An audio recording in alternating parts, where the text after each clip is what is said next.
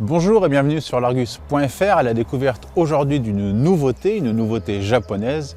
Il s'agit de la Toyota Yaris Cross qui profite d'un petit restylage.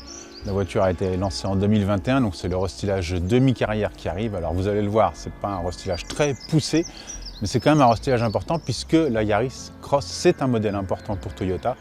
C'est le modèle Toyota le plus vendu en Europe, c'est la deuxième Toyota la plus vendue en France derrière sa petite sœur, la Yaris. Alors on va voir tout ce qui change à l'extérieur, à l'intérieur, suivez le guide.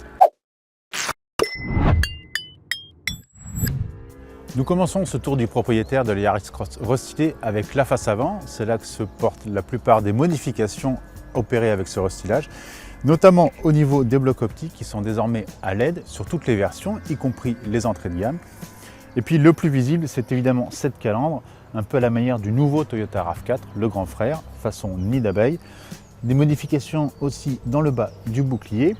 Et puis nous avons ici affaire à une finition GR, la finition un peu sportive de la gamme. Donc on va voir en faisant la suite du tour qu'il y a aussi d'autres modifications spécifiques à cette finition.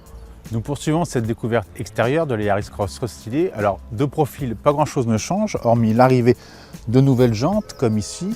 Et puis cette couleur, le gris Célestine qui fait son arrivée dans le nuancier de la Toyota Yaris Cross.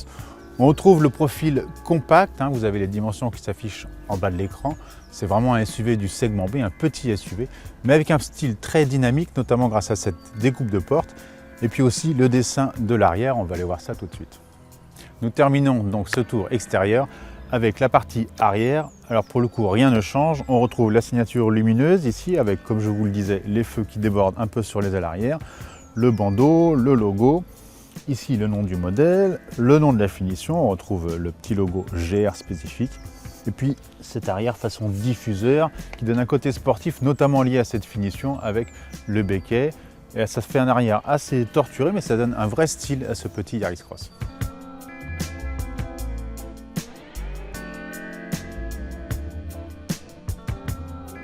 Nous voici à bord de cette Yaris Cross restylée, alors toujours dans la version GR, donc ça se reconnaît avec la sellerie, les surpiqûres rouges. Vraiment, ça présente bien. Pareil, des surpiqûres qu'on retrouve sur le levier de vitesse, le volant spécifique.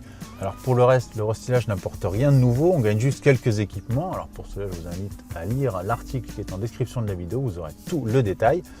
On retrouve une présentation sobre, épurée, alors un peu foncée ici dans cette version GR, et puis sur la qualité des matériaux, bon, c'est pas ce qui se fait de mieux chez Toyota, mais au moins c'est du robuste. Mais pour le reste, je vous le disais, en termes d'équipement, même si on a des choses qui sont désormais en série, rien ne change. On retrouve le même écran central ici, le bloc compteur numérique, et puis une dotation plutôt bien fournie, ça c'est une habitude chez le constructeur japonais.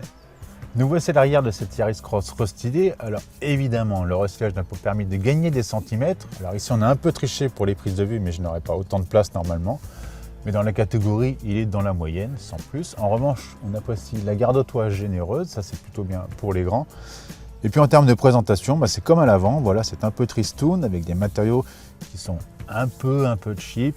Mais tout est bien assemblé, tout est bien arrimé. Et puis encore une fois, c'est un bon élève dans sa catégorie. Il ne fait pas forcément de miracle. Pour accepter des enfants à l'arrière, ce sera largement suffisant. On termine la partie habitabilité avec évidemment le volume de coffre. Alors c'est un restylage, donc rien ne change. On retrouve le même volume que sur la version d'avant. Le plancher séparable en deux parties, ça c'est toujours pratique. Quand on a quelque chose dessous, on n'est pas obligé de tout enlever pour récupérer. Et puis évidemment, les dossiers de la banquette rabattable qui permettent de former un plancher plat pour gagner en volume de coffre. Voici donc pour cette découverte de la Toyota Yaris Cross restylée. Il nous reste à parler motorisation. Alors le restylage n'apporte pas de nouveautés. On retrouve toujours les deux versions disponibles, 100% hybride, 116 ou 130 chevaux. A noter que le Yaris Cross reste l'un des rares SUV de sa catégorie à proposer une transmission intégrale en fonction de la motorisation. Les commandes ouvriront à l'été 2026, on ne connaît pas encore les tarifs, même s'il faut s'attendre à une petite inflation, puisqu'on l'a dit, la dotation de série va s'enrichir en fonction des versions. Et les premières livraisons sont attendues en septembre. Enfin, petit rappel, la Toyota Yaris Cross est fabriquée en France, c'est un modèle made in France, donc c'est toujours bon à savoir. Pour le reste, si vous voulez suivre l'actualité de l'automobile et notamment connaître les tarifs de cette Yaris Cross restylée, restez sur largus.fr et sur tous nos réseaux sociaux. Merci de nous avoir suivis et à bientôt.